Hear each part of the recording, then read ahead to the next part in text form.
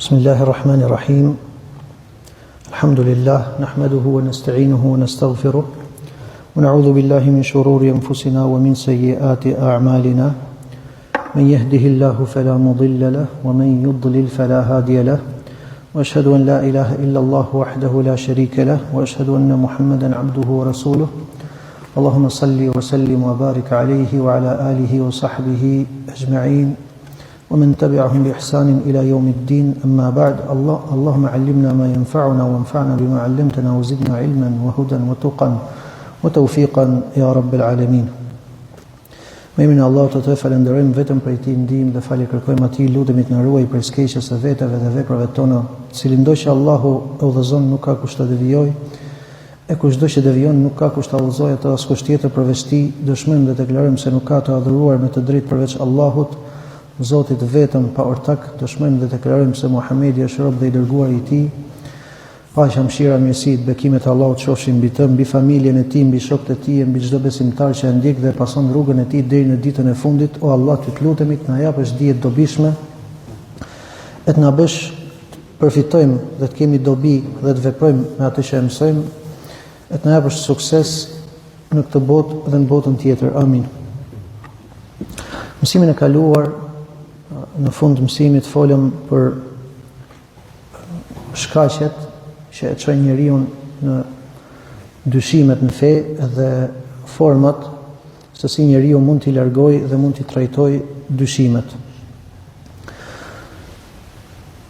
Normalisht ata të cilët i hedhin dyshimet, pra se dyshimet kur vinë nuk vinë vetvetiu, por se ka shkaqe, prej tyre është vezveset e shejtanit. Mirë, po përveç kësaj njerëzit punojnë, armiqtë e Islamit punojnë që të hedhin dyshime në këtë fe madhështore, në këtë fe të pastër. Prej dyshimeve që kanë hedhë është që për t'i dobësuar muslimanëve sigurinë në fenë e tyre, është që duan të zhveshin Kur'anin dhe Sunetin prej shenjtërisë që kanë. Tekstet fetare kanë shenjtëri, edhe si tilla duhet shenjtërohen. Dhe pjesë e shenjtërimit është nënshtrimi dhe dorëzimi para tyre.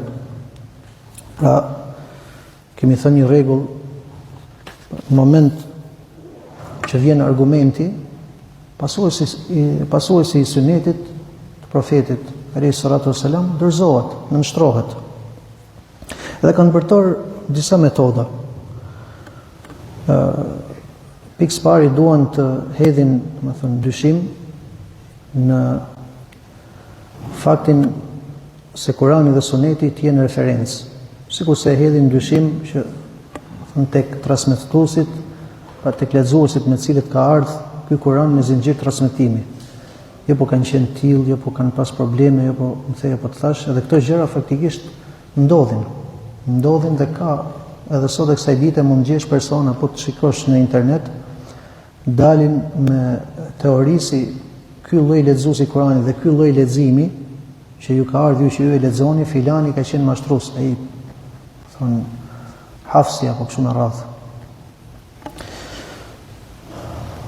Ose kur hedhin në Sunetin e Profetit sallallahu alaihi wasallam, pra dyshimet sikur se hedhin kuranistët. Të gjitha këto shërbejnë thjesht njeriu, domethënë mos të ketë siguri në fenë vet, edhe në këtë lloj forme hedhin dyshime.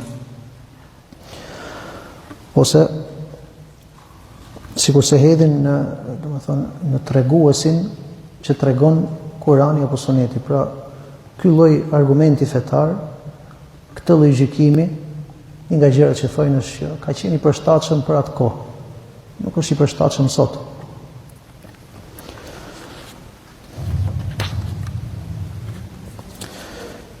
Edhe nga ato teoritë ose po themi perspektivat që kanë sjell, këndvështrimet që kanë sjell,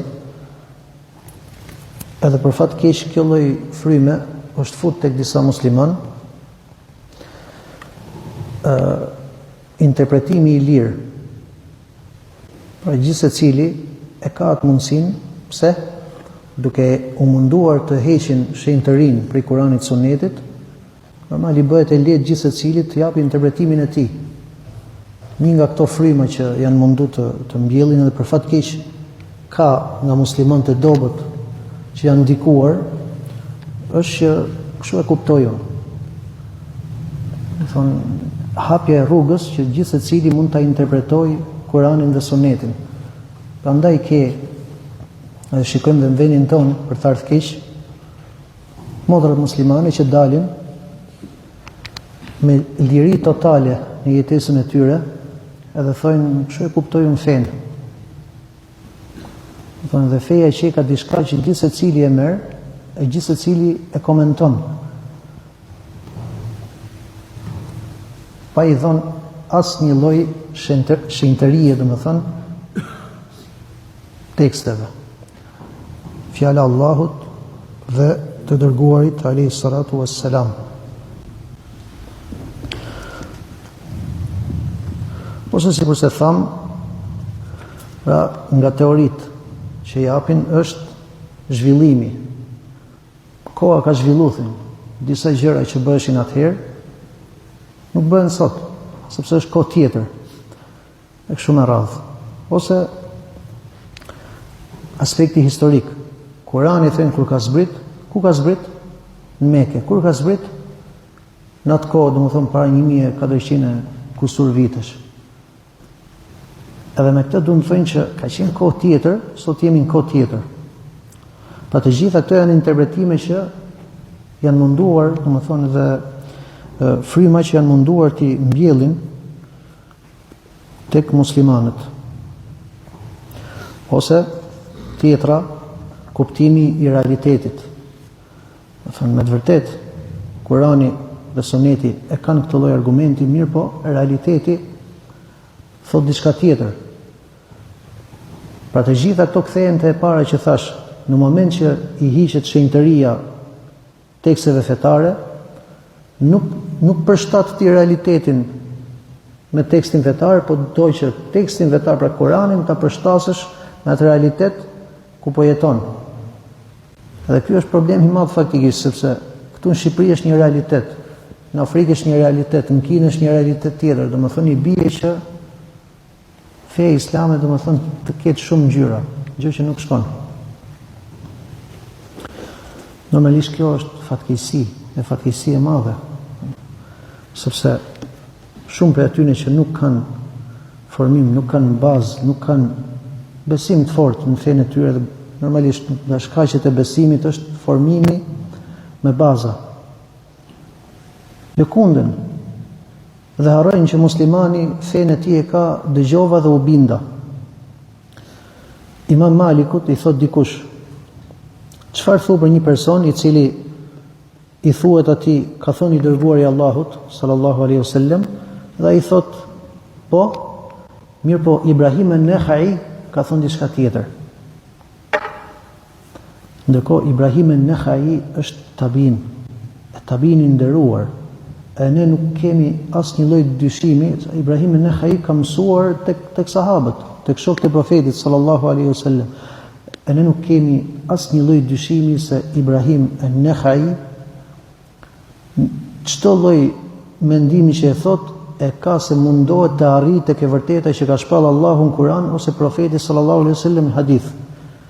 Me po prap ngelet tabin, i nderuar po ngelet tabin. Nuk mund të jepet përparësi para fjalës profetit alayhi salatu wassalam. Prandaj çfarë tha Imam Maliku? Ky thot, këtij personi i kërkohet që të pendohet. E nëse jo, atëherë gjykohet si renegat, pra si murted. Më thonë, e ka bërë këta Allah më shiroft mësim, që nuk ka. Kur vjen fjala e profetit sallallahu alaihi wasallam, muslimani dorëzohet. U umirna li nuslime li rabbil alamin. Thot Allahu pra në Kur'an, ne jemi urdhëruar që ti dorëzohemi, ti nënshtrohemi Zotit botëve. U yusallimu taslima, thot Allahu, dhe dorëzohen dhe nënshtrohen me dorëzim dhe me nënshtrim të plot. Ky është Islami. Islami është ti dorëzohesh Allahut azza wa jall dhe profetit alayhi salatu wassalam. dhe mi u përgjigj Allahut dhe mi u përgjigj profetit në urdhëresat dhe ndalesat e tyre. Ittabi'u ma unzila ilaykum min rabbikum, thot Allahu, ndiqeni atë që ju është zbritur ju prej Zotit tuaj. Një shembull tjetër me Aliun radhiyallahu anhu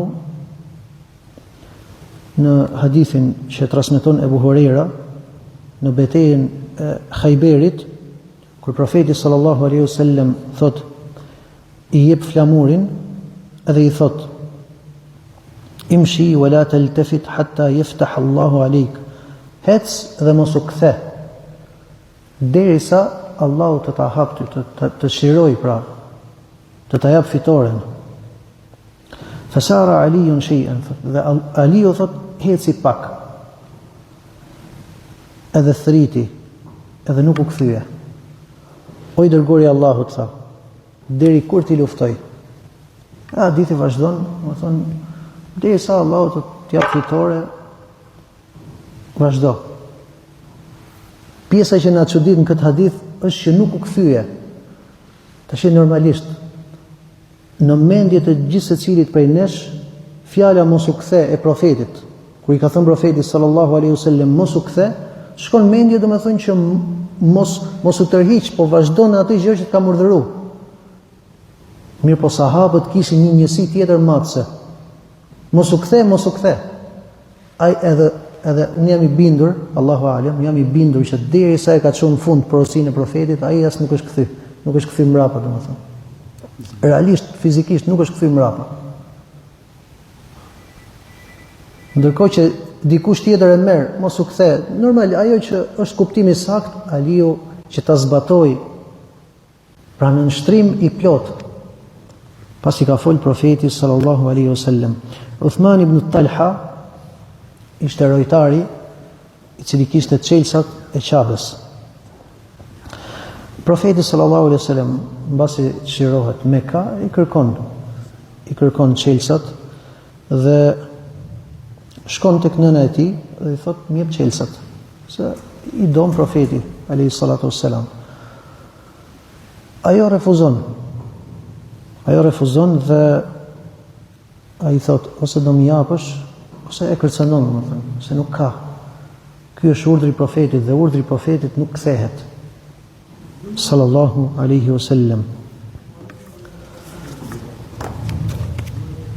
Ibn Umeri radhiyallahu anhu, sikur se transmeton Imam Buhariu, e pa profetin sallallahu alaihi wasallam të puthte gurin e zi në Qabe. Edhe e pyet një burr, Abdullah, thot, por nëse ka kalaballik, si me abo? Nëse ka zahme, thot, nëse ka kalaballik. Edhe i thot, da e ra'ejte fil Yemen, ra'ejtu Rasulallahi sallallahu alaihi wasallam yastalimu al-hajar u yuqabbiluhu. Këtë fjalën po sikur lere në Yemen, thot. E përdor si shprehje, le mos u merr me të. Unë kam pa profetin sallallahu alaihi wasallam ta puthi gurin, domethënë, pra ta përshëndes gurin dhe të shkoj ta puthi. Me këtë merr, thot. Pastaj situatat, rastet veçanta, ka njerëz, nuk shkon dot, këto janë çështje tjetër. Ma origjina tek sahabët ka qenë, e ka bërë profetin, ne do e zbatojmë. Gjithashtu nga Ibn Umeri radhiyallahu anhuma, se një burr e pyet për kurbanin. A është detyrë, thot? E ky i thot, dhaha Rasulullah sallallahu alaihi wasallam wal muslimun. Ka bërë kurban profeti sallallahu alaihi wasallam dhe muslimanët. Ai ja pyet pra pyetjen, a është detyrë apo jo?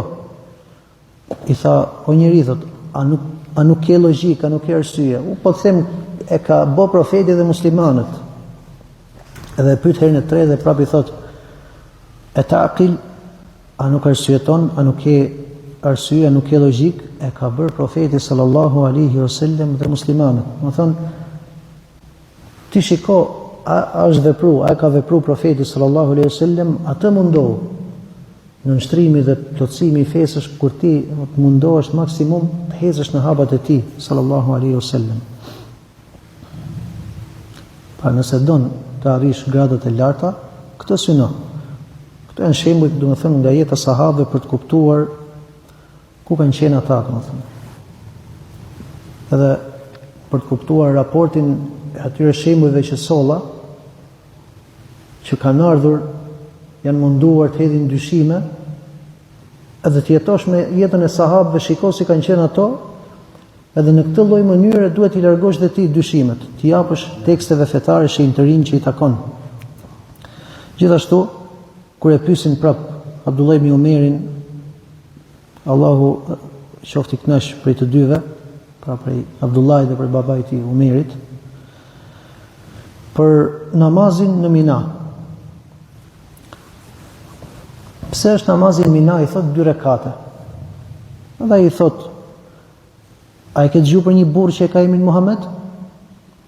Po, i tha, e kam dëgjuar dhe kam besuar tek ai. Atëherë tha, dije se ai ka fal 2 rekate. Ai Muhamedi.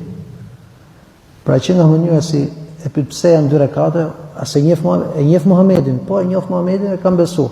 Ai Muhamedi, ai ka fal 2 rekate, ne do i falim 2 rekate. Pra nuk ka pse ti bish më gjatë.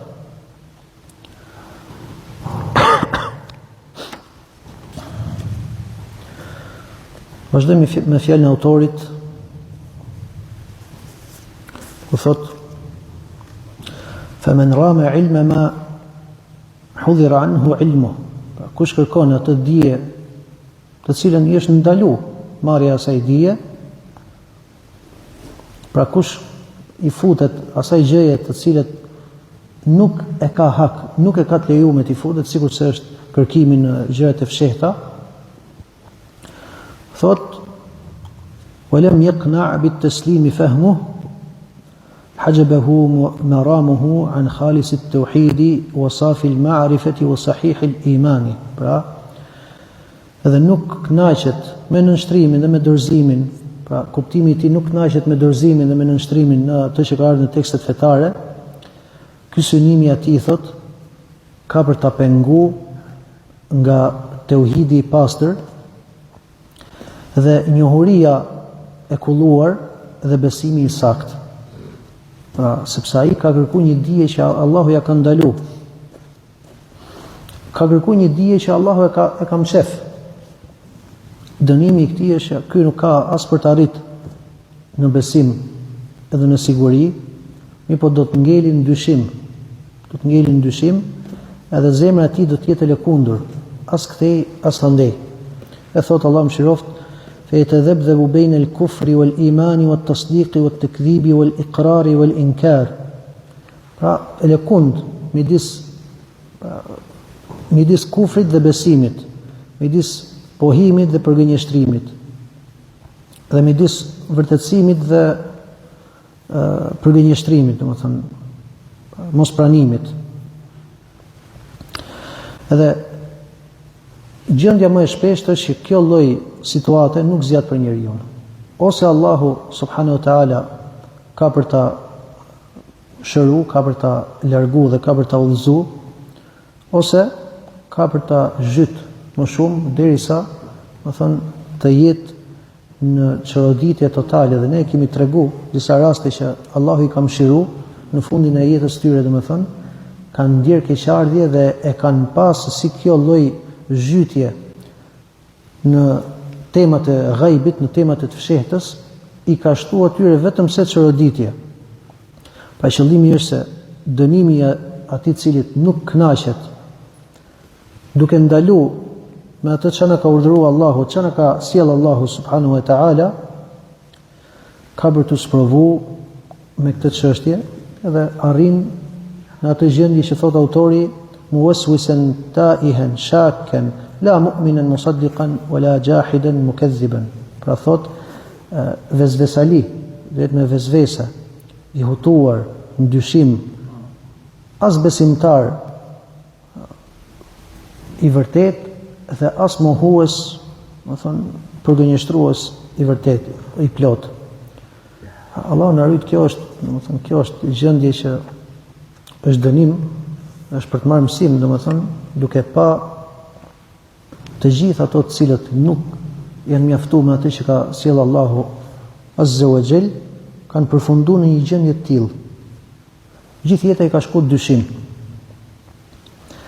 Edhe arsyeja, sepse ato e kanë lodh veten me diçka që nuk kanë mundësi me arrit.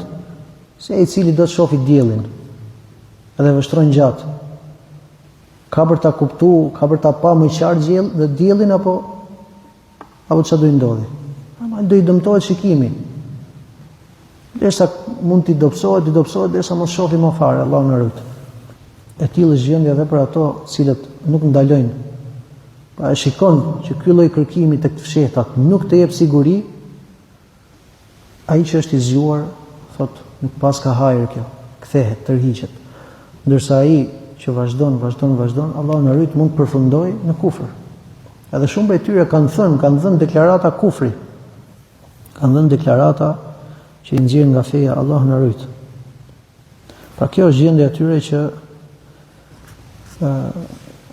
këto që përmenda i gjen shpesh subhanallahu tek mohuesit e cilësive. Mohuesit e cilësive, sikur se tham, përfundojnë deri aty sa që bien në deklarata kufri. Futen në kërkim, e vrasin mendjen aq shumë tek gjërat që mendja e tyre nuk i arrin dot, edhe përfundojnë pastaj që adhurojnë një Zot i cili nuk ekziston faktikisht. Po Zoti nuk është këtu, po nuk është as lart, nuk është as poshtë, nuk është as majtas, nuk është as djathtë, nuk është nga asnjë lloj drejtimi. Një nga gjërat që thonë shumë gjëra.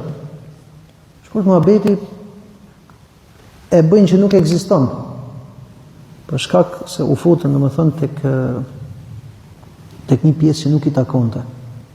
Edhe muslimani nuk futet aty ku Allahu subhanahu wa taala ja ka ndaluar. Vazhdon autori thot wala yasihhu al-iman bir-ru'yati li ahli dar as-salam. Besimi i shikimit të Allahut subhanahu, pra në shikimin e Allahut subhanahu wa taala nuk është i saktë. Që banorët e xhenetit do ta shikojnë Allahun, ky lloj besimi thot nuk është i saktë për një person limen i'tabaraha minhum biwahmin. Pra për një person që e beson këtë me një lloj hamendësimi. Pra hamendson një lloj përfytyrimi. Ky lloj besimi nuk është i saktë. Do thonë ti nuk e ke saktësuar besimin, nëse këtë lloj besimi e bashkangjit me një lloj përfytyrimi që ka përngjasim. Si për shembull të vinë në zemër ty që Allahu subhanahu wa taala në xhenet ke për ta pa në këtë lloj forme apo në këtë lloj forme. Pra mund të vi diçka. Në moment që personi në zemrën e vet apo në mendjen e vet hamendson hamendësime të tilla thotë që kanë përngjasim, atëherë ti nuk e ke saktësuar. Edhe këtë lloj përngjasimi thotë e pason me një lloj pohimi apo me një lloj pranimi, po themi, nuk e ke plotësuar, nuk e ke saktësuar këtë besim. Pasi të gjitha, përngjasimi këto nuk janë të pranuara. Ne i besojmë, po nuk i japim komentim që ka për të ndodhur kështu apo kështu. Edhe cilësia e Allahut është kështu apo kështu. Edhe besimi nuk është i saktë vetëm nëse ne i pohojmë pa i dhënë koment, pa i dhënë përshkrim. Përshkrim pra, përshkrim që nuk na takon.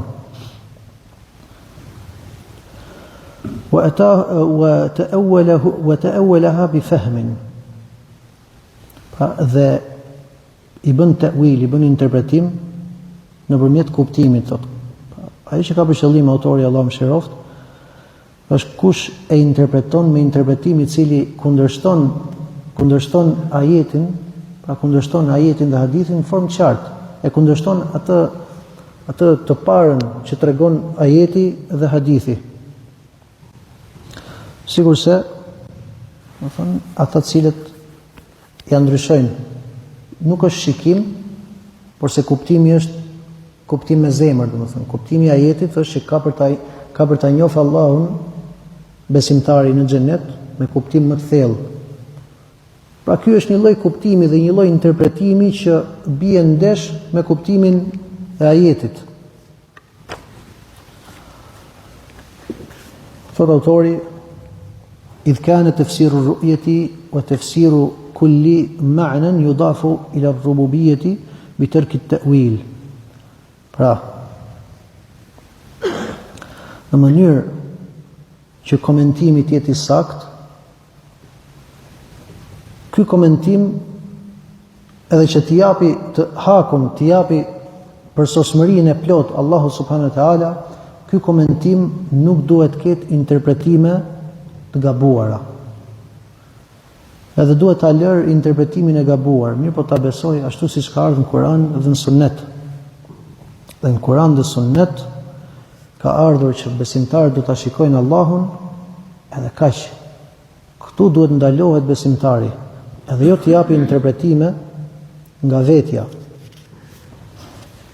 Ndërsa fjala e autorit kur thot Allahu mëshiroft, u luzumit teslim. Dhe kjo arrihet në moment që besimtari pra qëndron me vendosmëri i nënshtruar. Pa nënshtrohet duke i marr argumentet ashtu siç kanë ardhur. Se po flasim, o vëllezër, po flasim për gjëra që janë ghaib, të fshehta. Kur ne e kemi thënë fjalën që ka thënë Sheikhul Islam Ibn Taymija, në moment që njeriu të doj me përshkruajt xhenetin, nuk ka për ta përshkruajt dot, vetëm se me atë që ka ardhur në Kur'an dhe Sunet, po doj të japi një përshkrim më të detajuar, nuk e përshkruan dot. Edhe xheneti dhe mirësitë e xhenetit janë krijesa. E si pastaj mund të futet edhe të doj të interpretoj apo të shpjegoj krijuesin, i cili ka krijuar xhenetin edhe mirësitë e saj. Dhe në këtë gjë thot wa alayhi dinul muslimin, dhe në këtë gjë thot është feja, pra në këtë lloj besimi është feja e muslimanëve, diku tjetër ka thënë feja e të dërguarve. Sidoqoftë të dyja njëjën, se feja e muslimanëve edhe të dërguarve një është, kur flasim për çështjet e besimit. Fjala e autorit wa man lam yatawaqqa an-nafya wa at-tashbiha zalla wa lam yusib at-tanzih. Pra ai i cili nuk i distancohet mohimit të cilësive të Allahu subhanahu wa taala, ai ka për të gabu. Ai ka për të gabu dhe nuk ka për t'ia qellu shenjtërisë, pra që ta shenjtëroj Allahun, t'i japi Allahu subhanahu wa taala për sosmërinë. Edhe nuk ka dyshim, pasi për sosmëria e Allahu subhanahu wa taala i jepet atëherë kur ti je midis këtyre të dyjave. As nuk mohon, as nuk përngjason. Ehli suneti i pohojmë cilësitë e Allahu subhanahu wa taala dhe nuk i përngjasojmë. Edhe nuk i mohojmë. Janë të mesëm, nuk janë as në ekstremin e tyre, pas në ekstremin e të tjerëve. Fjala e tij, Allahu mëshiroft, fa inna rabbana jalla wa ala mawsufun bi sifati al-wahdaniyati man'utun bi nu'uti al-fardaniyah laysa fi ma'nahu ahadun min al-barriyah. Thot, pasi Allahu Zoti jon jalla wa ala është i cilësuar me cilësitë e njëshmërisë, pra nuk ka si ai. Laysa fi ma'nahu ahadun min al-barriyah. Pra arsyeja thot pse bëhet, domethënë, diçka e përcaktuar dhe diçka domethënë e patjetërsueshme, largimi dhe distancimi nga mohimi i cilësive, është sepse Allahu subhanahu wa taala nuk mund të jetë si ai asgjë. Edhe shkaku pse ata që mohuan cilësitë kanë rënë në mohim të cilësive është pikërisht përngjasimi. Me këtë fjalë autori hedh poshtë ata cilët përngjasojnë, pasi Allahu subhanahu wa taala nuk i përngjason atij asgjë. Po hedh poshtë edhe ata cilët mohojnë, sepse në moment që ne e pohojmë se Allahu subhanahu wa taala si ai nuk është askush dhe asgjë, edhe ata cilët mohuan cilësitë e Allahu subhanahu wa taala nuk i mohuan vetëm se në fillimisht i përngjason. Pra po të pyesësh ti një xehmi, Do I thuash, pse thot? Pse e mohove se Allahu subhanahu wa taala ka dorë? Pse mohove se Allahu subhanahu wa taala ka dorë? Ai thot sepse dora thot është diçka cilat e kanë krijesat.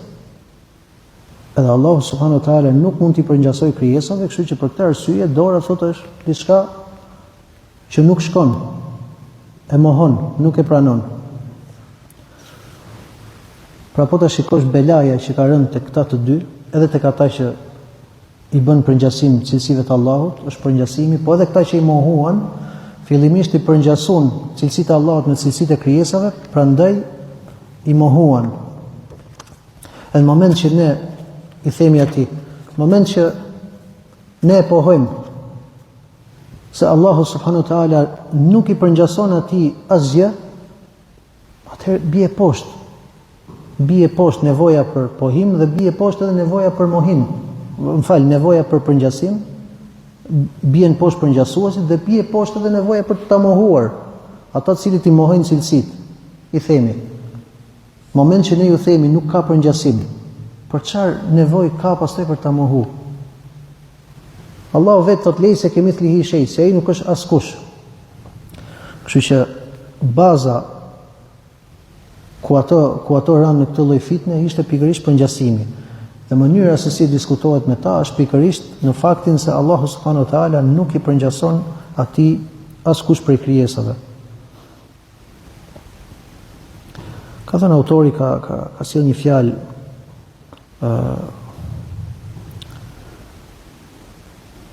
lejse fi ma'nahu ahadun min al-barriya. Pra nuk është në kuptimin e tij, ka thënë, në kuptimin e tij askush prej krijesave. Normalisht më mirë, më përsori do kishte ardhur me termat kuranor, siç janë lejse kemithlihi shay. Por rëndësishme ai këtë ka për qëllim. Ka për qëllim që, do thonë, sidomos fjala lejse fi ma'nahu nuk është në kuptimin e tij. Tash ne kemi thënë diçka. Janë disa nocionet përbashkëta midis Allahut dhe krijesave. Ky nocion është që Allahu ka dorë dhe krijesat kanë dorë. Edhe kur Allahu thot nuk i përket asgjë prej krijesave, kuptimit që jepet Allahu subhanahu wa taala. Ka për qëllim autori nocioni që cilësohet me të vetëm Allahu dhe jo nocioni i përbashkët. Nocioni i përbashkët mes Allahut dhe krijesave është vetëm emërtimi, asgjë tjetër. Vetëm se dora e Allahut quhet dorë, e dora e njeriu quhet dorë, kaq. Ndërsa kuptimi, fjala që thot autori kuptimi, ka për qëllim ai kuptim me cilin veçohet Allahu subhanahu wa taala me të dhe askush tjetër përveç tij. Pra ajo cilësi dhe ajo gjë që vetëm Allahu e ka dhe nuk e shoqëron atë askush prej krijesave. E mbyllim këto vëllezër, nëse ka ndonjë pyetje në gjë, nëse kishte ndonjë paqartësi.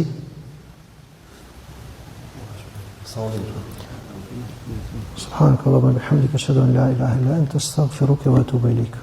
Assalamu alaikum wa rahmatullahi wa barakatuh.